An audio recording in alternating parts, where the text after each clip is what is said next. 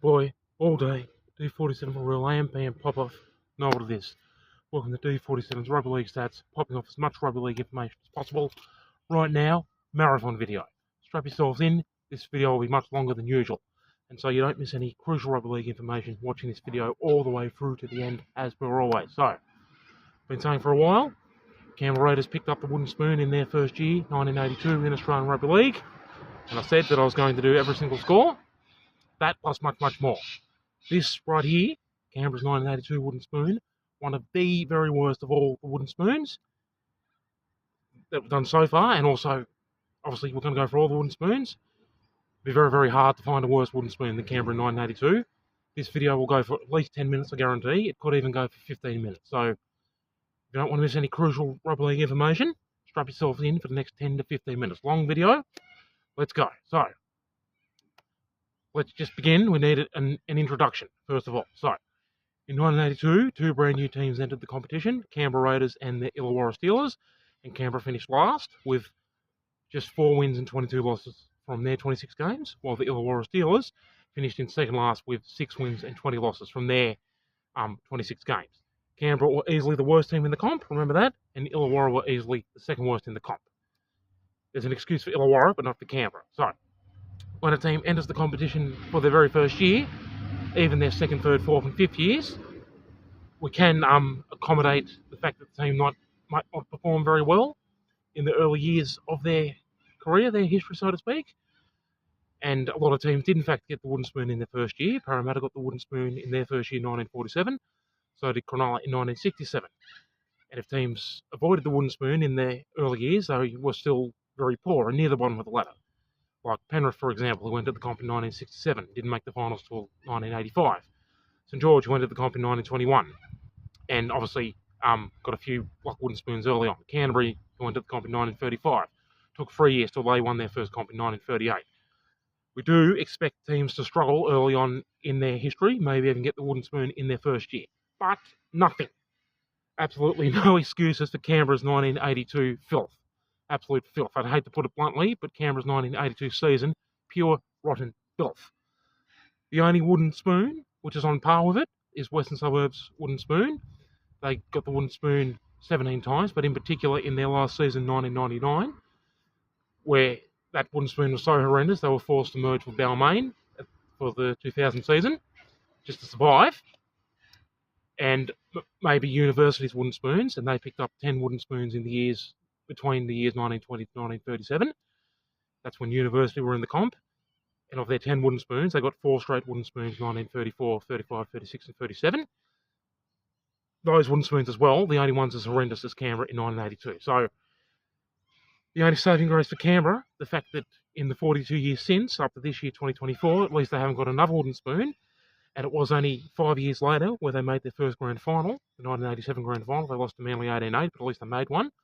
And then, of course, only 2 years after that, in 1989, they pulled off, in my opinion, the greatest grand final victory of them all when they beat Balmain 19-14 in extra time after trailing 14-2 with only a few minutes left of regular time in the all-time classic 1989 grand final. In my opinion, the greatest grand final of them all, widely regarded as the greatest grand final of them all.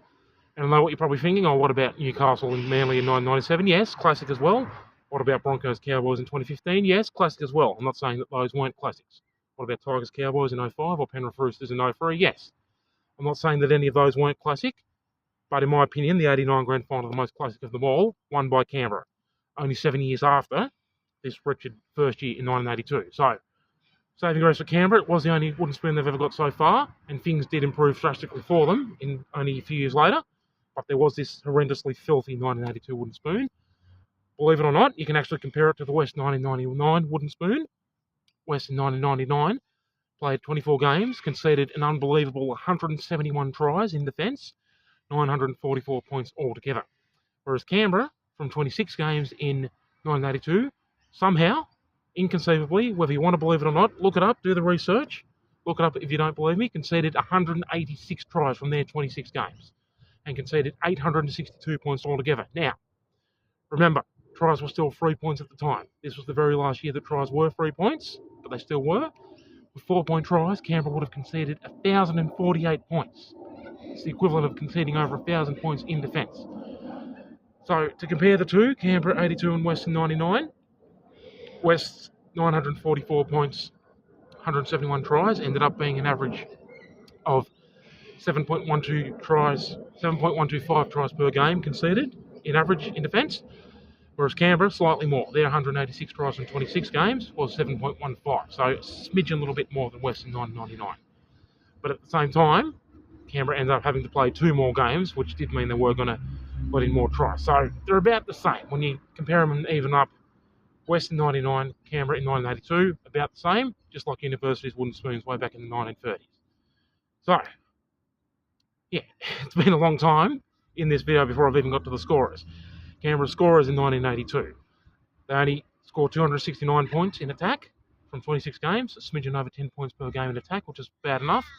862 points in defence. The scorers, they had a player called Peter McGrath, who got 1 try and 19 goals, a total of 41 points. And that was their leading point scorer, could only get 41 points. And the second highest point scorer, Chris O'Sullivan, who got 11 tries and 2 goals, a total of 37 points. Those 11 tries made Chris O'Sullivan the leading try scorer as well. And there was also Craig Bellamy, who got 9 tries for Canberra, and Angel Marina, who got 8 tries for Canberra in 1982. And that's the same Craig Bellamy, who's the extraordinarily successful coach of the Melbourne Storm these days. He was a player for Canberra as well in the 80s. The only 2 players who could hold their heads high in this insipid, decrepit season by Canberra was in fact Craig Bellamy and Chris O'Sullivan. They at least did something. They like diamonds in the rough, so to speak. And they, of course, stayed with Canberra throughout the 1980s and enjoyed that raging success with Canberra in the late 80s eventually. And rightly so. They're enduring such a wretched year and then eventually keeping their form at a consistent level, and eventually the rewards came for them later on in their playing careers, and rightly so. But the only 2 players who had anything to cry about, when you think about it. So then, what we also, before we get to the scores, what we also need to say is that Canberra did not manage a single away win all year. Their only 4 wins were at Seaford Oval. Their original home ground was Seaford Oval from 1982 up to 1989. They didn't move the Canberra Stadium where they are now until 1990. So not a single away win all year. And normally I go through the just a few of the scores for every wooden spoon team. The most embarrassing moments are either the heaviest losses or the losses that meant they would end up with the spoon. And I also do moments in the sun, like the few games that they did win, the few big upsets they did pull off. But this time, we're not going to do that. We're going to go for every single score, just so we can really, really relive just how wretched this Canberra 1982 wooden spoon was. From the 26 games, there was 15 out of 26 games where they conceded at least 30 points in defence. So of those 15 games, they were conceding 30, 40, 50, or even 60-something points with 3-point tries. With 4-point tries, all those losses would have been 40, 50, 60, and even one game would have conceded 70 points. To really put it into, really emphasise, underline, and highlight just how non-existent, just how literally paper-thin their defence was. And with this paper-thin defence, they earned the unfortunate nickname of the Lime Splicers. Lime Splicers are, of course, a light green, light yellow ice block, which obviously melts under any sort of heat or any sort of pressure, and that's what Canberra's defence used to do in 1982. They did pick it up and improve only a few years later. But they did just miss out on the finals in 1984, and they did make the grand final in 1987. It did get better for them soon after, but there was this one horrendous year. So right now, all of Canberra scores in 1982. So 1982 round 1, the first game they ever played, they had to go to Redfern Oval, and were thumped by South Sydney 37-7. So at least they got some points. Their first ever try scored by a player called Gary De La Cruz. He got Canberra's first ever try. And Peter McGrath, who I just mentioned, he got the 2 goals for Canberra in that game. That was their first ever point scorers.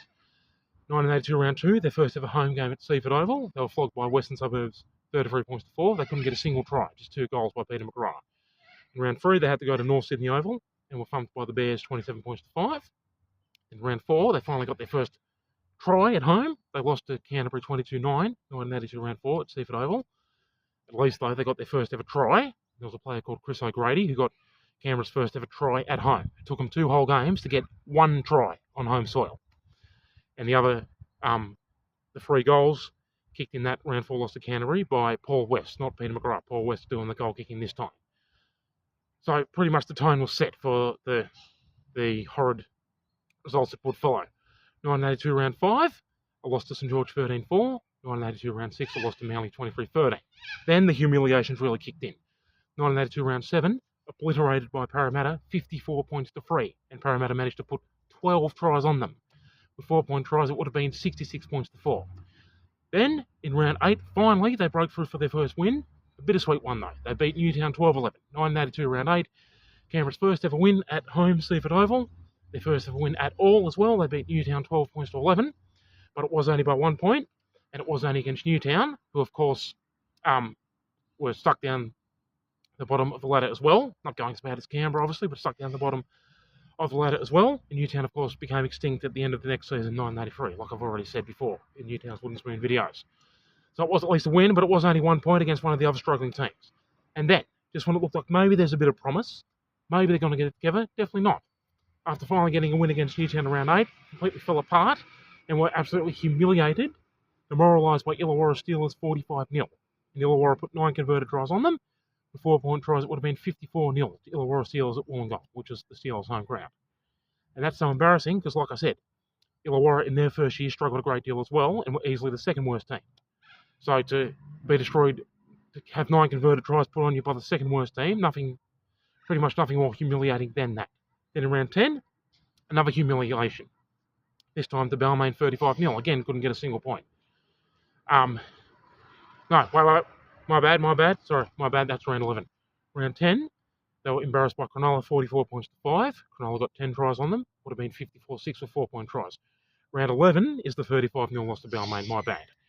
Round 12, a 27-19 loss to Penrith. Round 13, yet another debacle. 55-15 slaughtering from Eastern Suburbs. And East managed this time to put 13 tries on them. Would have been 68-18 with 4-point tries, believe it or not. Then in round 14, a loss to Balmain 29-18. In round 15, a rare win. They managed to beat South 23-18. So that was a highlight. That was a moment in the sun if there was one. South were a mid-table team in 1982, finished in 6th place, so a good win over one of the better teams, South 23-18. And like I always said though, anytime they had a win, the wheels then fell off. The next game, round 16, they were flogged for the second time in 1982 by West. This time 40 points to 8 at Lidcombe Oval, which was West's home ground at the time. West putting 10 tries on them. That would have been 50 points to 10 with 4-point tries. Then in round 17, another loss, this time to Norths. 23 points to 9. In round 18, a loss to Canterbury 34-16. Then in round 19, a rare win. Okay, again, in round 19, a rare win over St George 25-22 at Seaford Oval. But yet again, just when they finally had a rare win, they capitulated after that. And the last 7 games of the season, 6 of the last 7 games were hidings, were absolute debacles. 6 of the last 7 games were debacles. After a rare win against St George in round 19, 25-22, in round 20, they conceded their biggest score of the year, somehow conceding 61 points and 13 tries to Manly at Brookvale. Manly beat them 61-20 at Brookvale with 13 tries. With 4-point tries, it would have been 74-24. There would have been 98 points in the one game, whether you want to believe that or not. Look it up if you don't believe it. So then, in round 21, another hiding, this time from Parramatta, 37 points to 5. In round 22, another hiding from Newtown, 42 points to 5. So even though they'd beaten Newtown 12-11 back in round 8, Newtown paid them back. In round 23, their final win for the season over Illawarra Steelers 26-19 at Seaford Oval.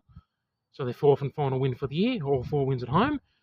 And even though they beat Illawarra 26-19 in round 23, that was nothing compared to the 45-0 humiliation Illawarra did to them at Wollongong earlier on in the season, like I mentioned a few minutes ago.